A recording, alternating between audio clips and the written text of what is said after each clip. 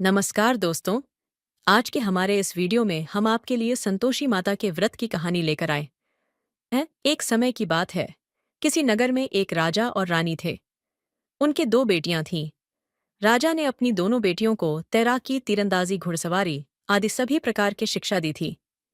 साथ ही रानी ने बेटियों को घर की जिम्मेदारियां भी अच्छे से सिखाई थीं। बड़ी बेटी चंपा और छोटी बेटी रूपमती थी। चंपा थोड़ी सांवली थी, जबकि रूपमती नाम के समान रूपवान थी। रानी माँ हर शुक्रवार को पूरे विधि विधान से व्रत करती थी। उनके महल में एक धाय माँ रहती थी, जो अपनी भतीजी से राजा की शादी करवाना चाहती थी। लेकिन राजा ने अपनी पसंद की राजकुमारी से शादी करी थी, इसलिए वह रानी माँ से चिढ़ती थी और हर समय रानी माँ के खिलाफ सबके कान भरती रहती थी। चंपा कभी किसी की बातों में नहीं आती थी, पर रूपमती कई बार धाय माँ की बातों में आकर अपनी माँ से लड़ने लगती थी। एक बार एक राजकुमार का रिश्ता चंपा के लिए आया।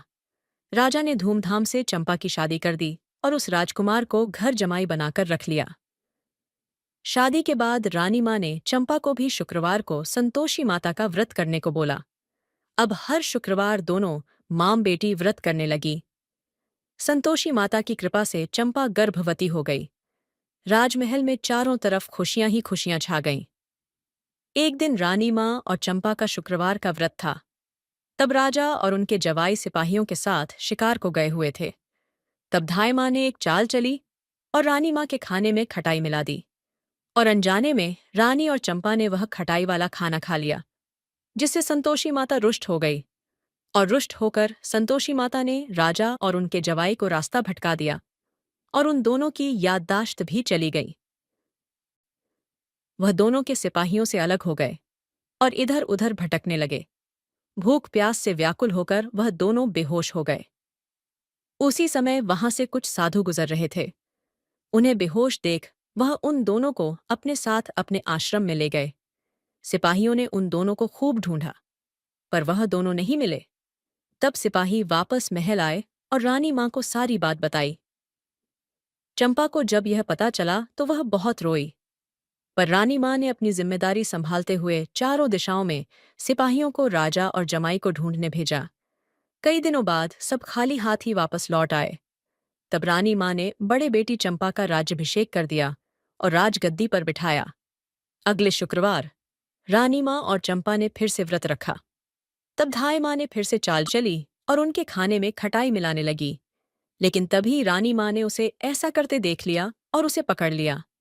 पूछने पर धाय माँ ने सारी बात बता दी कि उसने पहले भी खाने में खटाई मिलाई है। तब रानी माँ ने उसे कारागृह में डलवा दिया। तब रानी और चंपा ने संतोषी माता से प्रार्थना की, हे माँ संतोषी, आप हम सब की माता है और हम आपके बच्चे हैं, हमारी भूल माफ करें।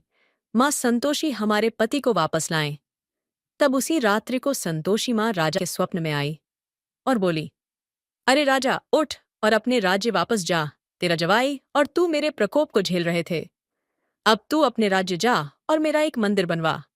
दूसरे दिन राजा और उसका जवाई सभी साधु संतों का शुक्रिया करते हैं और उन्हें प्रणाम कर अपने राज्य की ओर लौट जाते हैं और पूरे राज्य को संतोषी माता की महिमा बताते हुए संतोषी माता का एक भव्य मंदिर बनवाते हैं। रानी माँ ने चंपा के साथ धूमधाम से शुक्रवार के व्रत का उद्यापन किया। चंपा को एक बहुत सुंदर पुत्र प्राप्त हुआ और महल में वापस अधिक खुशियां छा गईं। हे संतोषी माता, जैसे आप रानी माँ और चंपा पर प्रसन्न हुई, वैसे ही इस कहानी को कहते सुनते और होकार भरते सब पर कृपा करना। जय संतोषी माता।